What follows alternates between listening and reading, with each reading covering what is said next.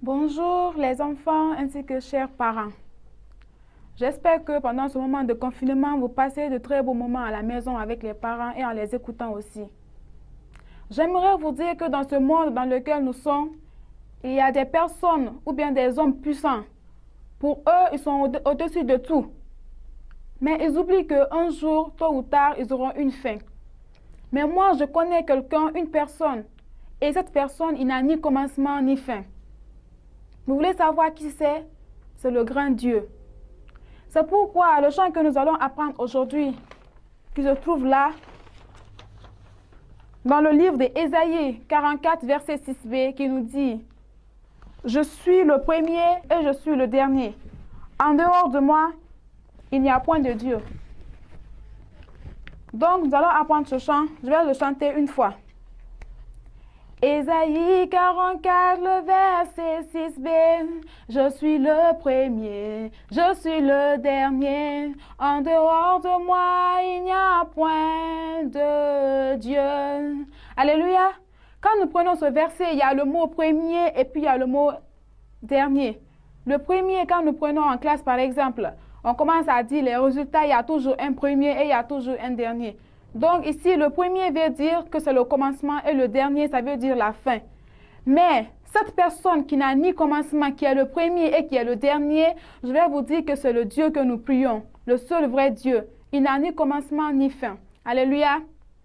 Nous allons encore reprendre ce chant une fois. Ésaïe 44, le verset 6b. Je suis le premier et je suis le dernier. En dehors de moi, il n'y en aura point de Dieu. Ésaïe 44, le verset 6b. Je suis le premier et je suis le dernier. En dehors de moi, il n'y en aura point de Dieu. Alléluia. Toi, enfant qui est là, qui a déjà reçu Jésus-Christ dans ta vie comme étant ton sauveur, tu t'es déjà converti. J'aimerais te dire que ce Dieu que tu es en train de prier, c'est un Dieu qui est éternel. Il n'a ni commencement, il n'a ni fin. C'est ainsi que ce verset nous dit, je suis le premier et je suis le dernier. En dehors de moi, il n'y a point d'autre Dieu. Mais toi aussi qui es là, que tu désires recevoir le Seigneur dans ta vie, mais que tu ne l'as pas fait, j'aimerais te dire qu'après moi, il y a un tonton qui viendra. Et j'espère qu'avec lui, que tu vas donner ta vie au Seigneur, afin que toi aussi tu puisses avoir ce même Dieu qui est éternel, qui n'a ni commencement ni fin. Amen. Bonjour chers amis, bonjour chers parents. Je suis très content de vous recevoir dans cette émission. Malgré les difficultés que nous traversons à travers cette pandémie, mais n'ignorons pas que nous avons une personne qui peut nous éloigner, qui peut nous sauver de cette pandémie. C'est notre Dieu, qui n'a ni de commencement ni de fin. Pour cela, nous allons voir le verset de la semaine. Lisons la parole de Dieu dans Ésaïe, le chapitre 44, le verset 6b. Je suis le premier et je suis le dernier. En dehors de moi, il n'y a point de Dieu. Comme vous ne pouvez pas lire dans la Bible, j'ai agrandi sur le papier afin que vous puissiez le lire. Donc, vous allez lire après moi. Ésaïe 44, 6b. Je suis le premier et je suis le dernier. En dehors de moi, il n'y a point de Dieu. Les filles, vous allez lire avec moi. Ésaïe 44, 6b. Je suis le premier et je suis le dernier. En dehors de moi, il n'y a point de Dieu. Les garçons aussi, vous allez lire avec moi. Ésaïe 44, 6b. Je suis le premier et je suis le dernier. En dehors de moi, il n'y a point de Dieu. Mais nous voyons dans ce verset, il y a trois mots qui sont très difficiles. Le premier, le dernier et Dieu. Le premier, c'est le commencement. Le dernier, c'est la fin. Dieu, c'est le créateur. C'est lui qui t'a créé. C'est lui qui m'a créé. Donc, il n'a pas de commencement ni de fin. Pour cela,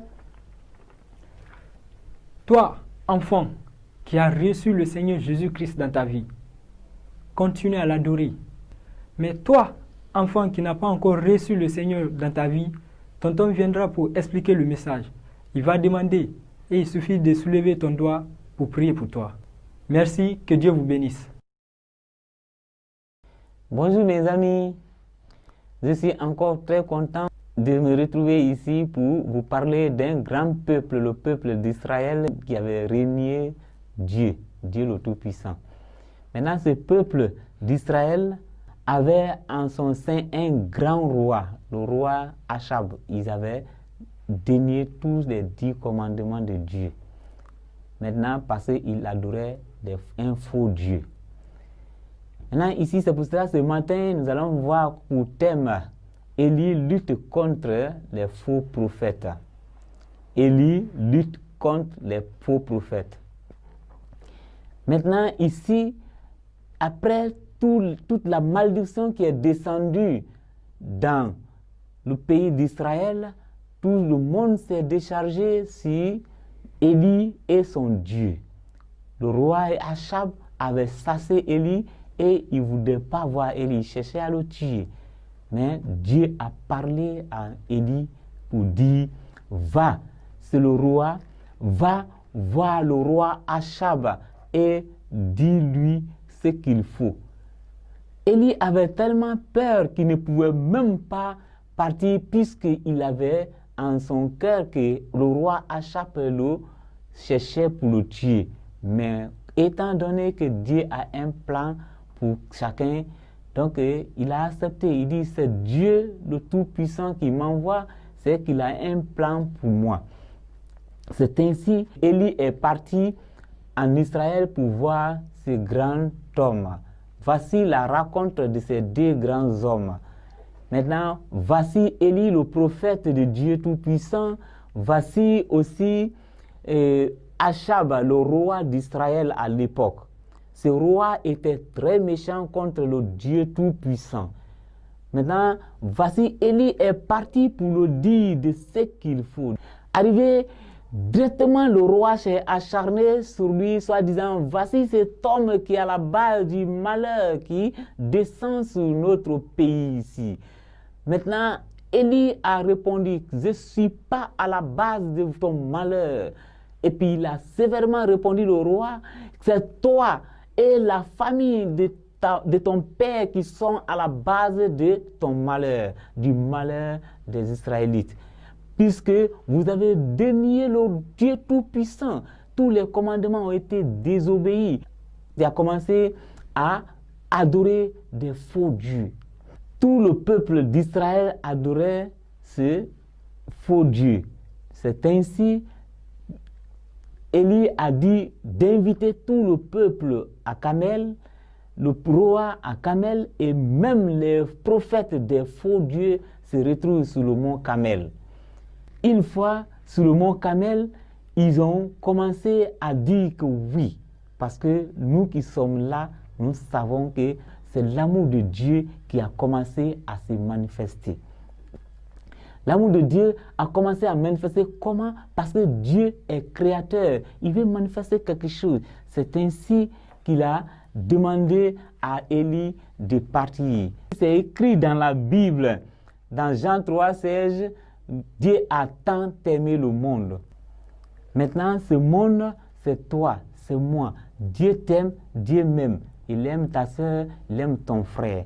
Si Dieu t'aime, il faut que tu acceptes de faire ce qu'il veut, mais ne pas le désobéir. Il ne faut pas tomber dans les mêmes pièges que Israël a fait. Voici que Dieu, pour avoir une solution, il va les trouver un homme qui est Élie. Voici le peuple d'Israël qui sont avec Élie. Lorsqu'ils sont avec Élie, Élie les a lancé le même défi. Le seul Dieu, le seul vrai Dieu que nous devons adorer, c'est le Dieu d'Israël qui est le Dieu Tout-Puissant. Maintenant, lorsque Élie a parlé de ça, il dit, mais vous avez des problèmes. Votre problème, c'est le péché. Toi, mon enfant, le même problème que Israël avait eu, toi, tu as le même problème. Ton problème, c'est quoi? Ça, c'est le péché. Et c'est écrit dans la Bible, car tous sont péchés et sont privés de la gloire de Dieu. Le péché, c'est quoi? Le péché, c'est voler, mentir ou désobéir à papa et maman. Tout ça, c'est ce qu'on appelle péché. Maintenant, si toi tu as l'habitude de mentir, de désobéir à papa et maman, c'est que tu as péché. Il faut reconnaître que tu es un enfant qui doit quitter dans ce problème. Tu dois abandonner ce péché. Nous revenons toujours avec Élie, puisque Élie ici, c'est lui qui était parti pour résoudre le problème d'Israël. Donc c'est lui qui avait la plus grande charge de ce qu'on est en train de faire. Il a invité le roi, le peuple d'Israël, et il a invité même les prophètes des faux dieux pour se rencontrer sur le mont Carmel. C'est ainsi, lorsqu'ils sont partis, il les a dit, voici le chemin à suivre, puisque vous adorez Baal, et moi j'adore le seul vrai Dieu, nous allons voir de qui des dieux est le vrai Dieu. Si c'est le Dieu Baal, suivez-le. Si c'est le Dieu tout-puissant, suivez-le. Mais on va accepter de faire l'holocauste pour Dieu. On va faire un autel et on va tuer un taureau pour découper pour mettre sur l'autel afin de mettre feu. Mais on découpe, on met sur l'autel, on ne met pas le feu. Mais on attend que Dieu qu'on adore agisse avec le feu dans l'autel. Maintenant, vous allez commencer en première position. C'est ainsi, ici, vous voyez l'image des enfants. Ils ont mis leur autel, l'holocauste est là, ils ont mis l'autel, ils ont commencé à prier. Élie les a dit de prier. Ils ont prié. Lorsqu'ils ont prié, ils n'ont pas vu la réponse. Élie même les a dit, peut-être le Dieu Baal dort. Criez encore plus, agenouillez-vous, priez encore. Peut-être vous allez trouver la solution de vos problèmes. Mais ils ont prié, 1000 fois prié, ils n'ont pas trouvé la solution de son problème. Il dit, je vous ai vu, vous allez me permettre le temps, moi aussi, je vais préparer mon holocauste pour qu'afin l'autel, j'essaie, si c'est mon Dieu, vous allez le suivre, si c'est votre Dieu, on va le suivre. Mais on a vu que votre Dieu n'a pas agi. C'est ainsi, Élie aussi a vu maintenant que leur Dieu a été invisible. Lui, il a préparé lui aussi son autel.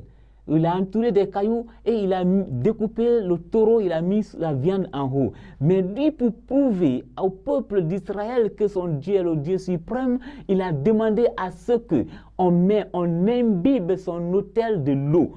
On met de l'eau, on a versé l'eau jusqu'à l'autel est mouillé, il y a l'eau qui coulait autour de l'autel. Maintenant, lorsque Élie a fini, Élie a commencé à prier. Il a élevé sa voix pour dire, mon Dieu, je vous ai fait ça pour que le peuple d'Israël qui t'a désobéi croie en toi. En ce temps-ci, il est le moment d'agir, d'intervenir pour qu'il y ait le feu, pour qu'afin, à partir d'aujourd'hui, le peuple d'Israël te voie comme le seul vrai Dieu. Ainsi dit, ainsi fait. Le feu est descendu sur l'autel. Tout le peuple d'Israël se sont courbés face contre terre pour dire, Seigneur, tu es Dieu. Seigneur, tu es Dieu. C'est ainsi, lorsque le feu est descendu, vous avez vu l'autel maintenant en train de brûler. Ils ont abaissé pour dire, Seigneur, tu es Dieu. Seigneur, tu es Dieu. Voici la solution du problème. Mon frère, la solution de ton problème, c'est quoi? C'est Jésus. Et Jésus s'est donné sur la croix pour ton péché.